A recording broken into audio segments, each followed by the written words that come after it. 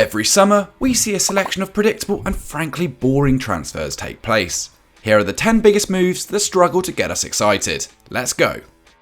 10. Nathan Collins to Burnley. Burnley's only significant signing this window has been the £12.6 million addition of young Stoke City star Nathan Collins. The centre-half is clearly talented, completing 81% of his tackles and being successful with a modest 2.2 long balls per match last term. But the Republic of Ireland international hardly set the championship alight, starting just 19 times as various injuries confined him to the locker room. Yet Burnley were unfazed, handing Collins a shot in the Premier League.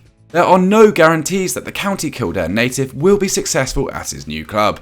You only have to look to Ben Gibson, the man he is effectively replacing, to see how a talented centre-half can struggle to adapt to life under Sean Dyche.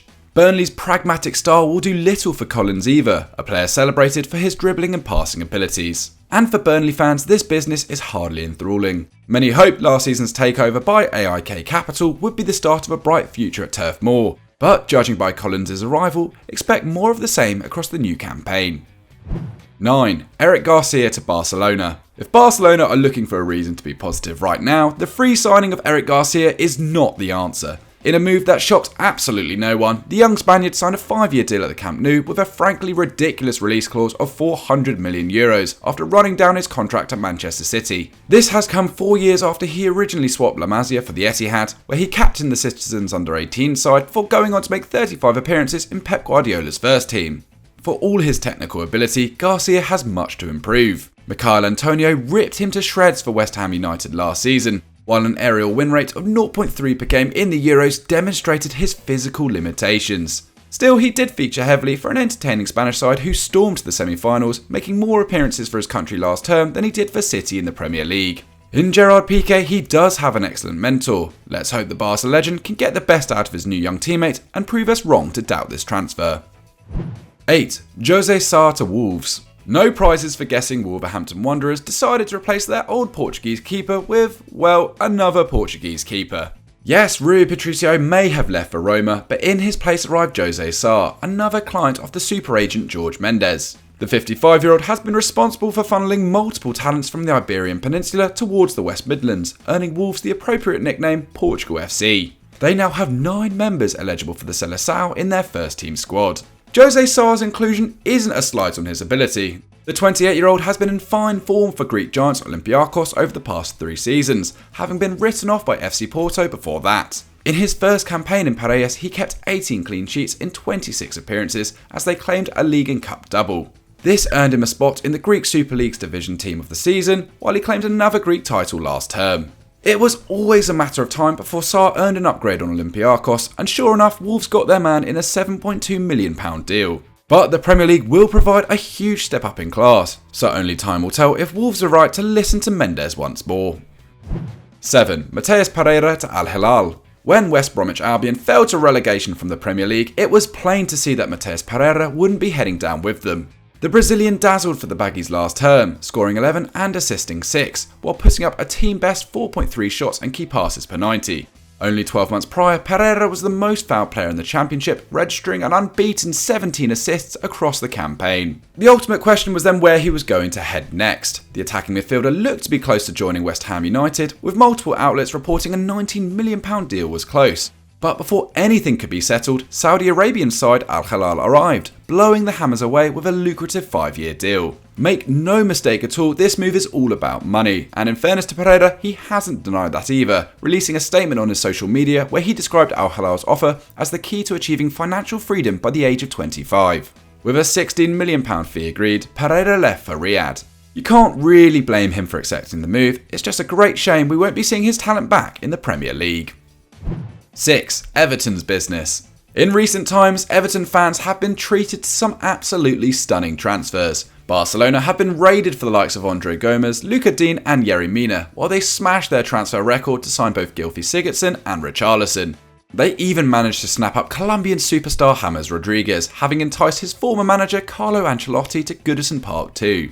This summer, however, has been far from blockbuster. First, they replaced Ancelotti with former Liverpool boss Rafa Benitez, then announced the frankly underwhelming double signing of Andros Townsend and Demarai. Townsend arrived on a free from Crystal Palace, where 168 Premier League appearances delivered just 13 goals. Gray meanwhile joined from Bayer Leverkusen, having failed to earn a future in the Bundesliga.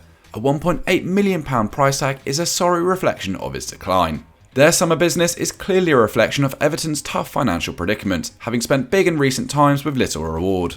The pair could yet prove a success, indeed Townsend registered an assist on his debut, but after everything that has come before them, it's hard to get too excited about their arrival. 5. Dayot Upamecano to Bayern Munich. Bayern Munich love nothing more than pillaging their domestic rivals. Their latest target has been RB Leipzig, not just stealing their manager Julian Nagelsmann, but also their star centre-half, Dayot Upamecano. This is obviously great business by Dayot. For £38 million, they have landed one of the most complete defenders in the Bundesliga, both dominant in the air and comfortable with the ball in equal measure.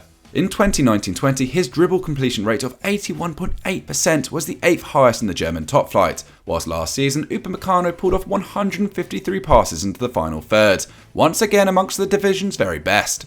Considering Bayern Munich released Jerome Boateng and Javi Martinez plus sold David Alaba, they couldn't have found a better replacement. But there is a boring sense of predictability to this move. The Bavarians maintain their grip over German football, while their weakened rivals have to rebuild once more. That will be even more apparent if Marcel Sabitzer follows Upamecano to the Allianz. Nagelsmann's Bayern have actually struggled so far, not winning a single game in pre-season, but don't bet against this just being an early blip in form before their next wave of domination begins. 4. Roman Yaremchuk to Benfica. All summer we have been touting Roman Yaremchuk for a move to a Big 5 league.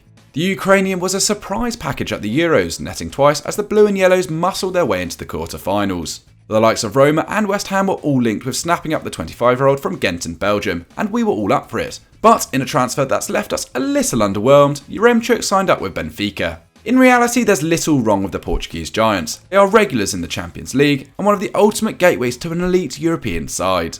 But in Darwin Núñez, Haris Seferovic and even Carlos Vinicius, the Eagles already boast a quality number of centre forwards, which makes you wonder why they decided to splash over £15 million on Yaremchuk. He has hit the ground running with a goal and assist on his league debut against Arouca and featured against Spartak Moscow in the UCL qualifiers. But he could face tough competition for space this season, and we would have much rather seen Yaremchuk join a team that needed him more.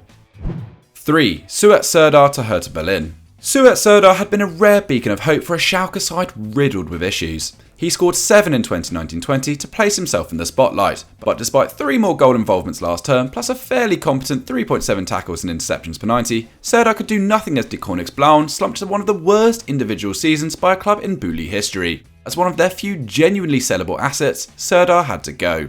Sport Bild reported that Bayer Leverkusen, Eintracht Frankfurt, plus Marseille and Rennes in France were all interested in the 24-year-old midfielder. Yet for a modest fee of just over £7 million, Hertha Berlin won the race to sign Serdar. Great for them, but potentially a huge miscalculation by the Turkish-born star. Hertha endured their own torrid 2021 campaign, only avoiding the relegation playoff by 2 points. That's despite investing over £120 million in the past 2 summers in a vain attempt to push up the table. An opening day 3-1 defeat to FC Köln confirmed that this season may provide more of the same for the old lady. And if that's the case, Serdar may regret not taking the step up in class when it presented itself. 2. Edin Džeko to Inter Milan. For Inter Milan, success has come at a cost, as despite winning Serie A for the first time in a decade, their debts reportedly hit the €640 million mark, the most in the Italian top flight. It's no secret that this window was all about the Nerazzurri raising cash. Quite remarkably, Achraf Hakimi and Romelu Lukaku have been sold for a combined total of £157 million. All their current transfer business considered, this is roughly their profit for the summer. Key to their strategy has been buying replacements on the cheap, and it doesn't get any more uninspired than signing a 35-year-old Edin Džeko from Roma on a free transfer. Quite clearly just there to plug a hole over the next 2 seasons, the Bosnian veteran did score 119 times in 260 appearances for the Giallorossi. But you get the feeling this transfer has come a little too late, after he found the net just 7 times last term. Inter have moved for Džeko before and have finally got their man, but considering the incredible achievements of his predecessor Lukaku, it's almost impossible to get overly excited by this move. 1. Manuel Locatelli to Juventus. Similar to how Bayern Munich rule the roost in German football, there is also a sense of despair and disappointment when Juventus wrench another starlet from the clutches of their rivals. This summer, that man is Manuel Locatelli. The Sassuolo midfielder shone for a triumphant Italian side at Euro 2020, scoring twice in 5 appearances and posting a massive 89% pass completion rate. That came after a season where he had registered 6 goal involvements for a vibrant Sassuolo side, whilst also completing the 3rd most tackles in the whole of Serie A. In fact, no player touched the ball more often or completed as many passes into the final third than Locatelli. Unsurprisingly, Juventus have been chasing him ever since, and while it had originally appeared they couldn't raise the £32 million necessary to buy the 23-year-old, it appears they finally found a way to do it, going for a 2-year loan with an obligation to buy at the end. It also didn't help that a lacklustre Arsenal were their only major competition. Locatelli will now take the dull and well-trodden path to Turin, where future glory no doubt awaits, leaving the rest of Italian football to play catch-up once more. So that was our take on the 10 most boring transfers of the summer. Are you sad to see Manuel Locatelli join Juventus, and are we being a little harsh on Everton? Let us know down in the comments below. If you haven't already subscribed to the channel, make sure you do so with that notification bell switched on, and we'll see you for another top 10 very soon.